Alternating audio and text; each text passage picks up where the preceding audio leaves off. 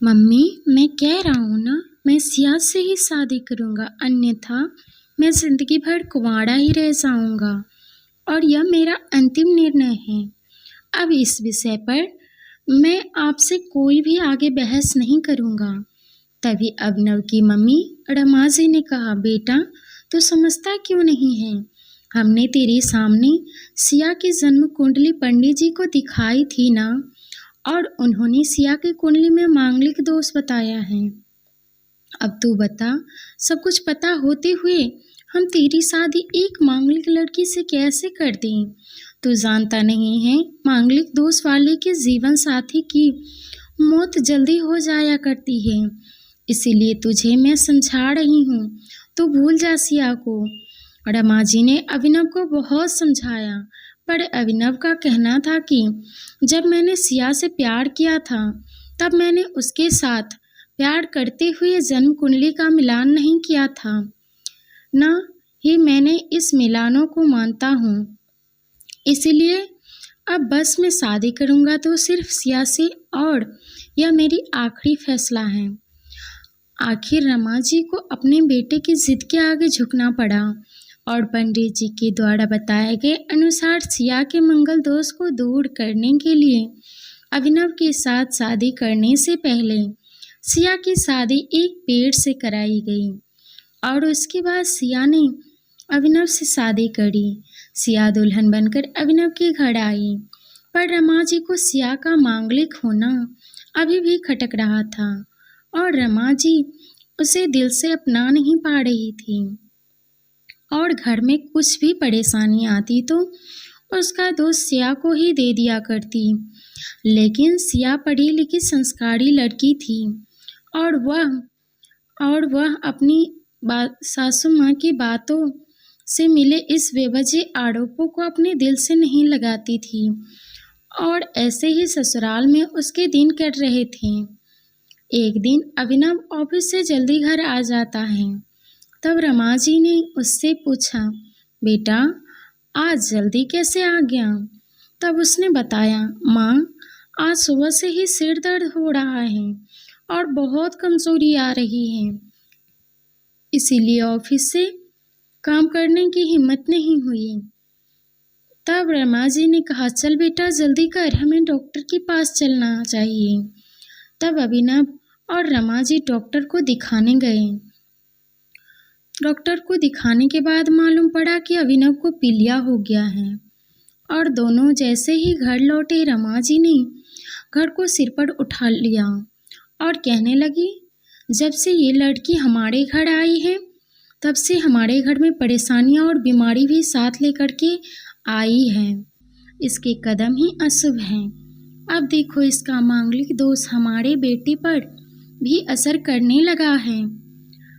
कल को अगर मेरी बेटी को कुछ हो गया तो कौन जिम्मेदार होगा? तभी सिया ने कहा, मम्मी जी प्लीज़, और कितना नीचा दिखाएंगी मुझे? आज तक मैं चुप रही क्योंकि पापा ने यही सिखाया था कि बड़ों के आगे ससुराल में जवाब मत देना, पर आज तो आपने हद ही कर दी। अगर मैं आज नहीं बोली तो जिंदगी भर खुद को माफ़ नहीं कर पाऊंगी। मम्मी जी, अगर आप पंडित जी पर भरोसा नहीं करती थी तो उनके कहे अनुसार आपने सारी मांगलिक दोष निवारण की विधि क्यों करवाई? क्यों पहले आपने मेरी शादी पेड़ से करवाई? दोष मेरा मांगलिक होना नहीं है, बल्कि दोष तो मेरा आपकी बहू होना है, क्योंकि घर में आन जाने अनजाने में कुछ भी परेशानी आती है उसको आप मुझसे जोड़ देती है, और जब कोई सास अपनी बहू से सिर्फ नफरत कर रही होती है तब यह बहू दोष बेटे बहू को नहीं पूरे परिवार को परेशानी में डाल देता है। और इस बहू दोष से मुक्त भी सिर्फ सास ही दिलवा सकती है।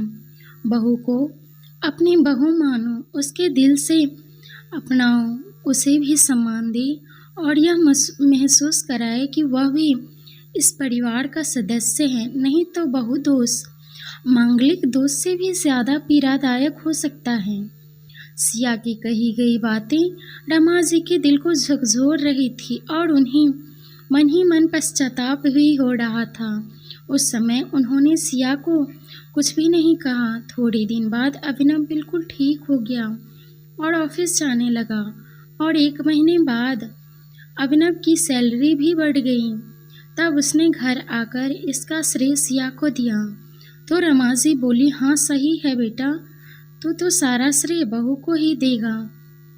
तेरी माँ का आशीर्वाद भी तो तेरी प्रगति के पीछे रहता है तेरे साथ। तू तो मुझे श्रेय देना भूल गया। तब अभिनव ने कहा, माँ इस बार सिया का मांगलिक दोष मुझ पर और ना ही मेरी तरक्की पर नहीं लगा। और माँ, जब हम बुरी परेशानियों का श्रेय सिया को देते हैं तो अच्छे कामों का श्रेय भी तो सिया को ही देना चाहिए। तो इसीलिए आज का सारा श्रेय सिया को जाता है।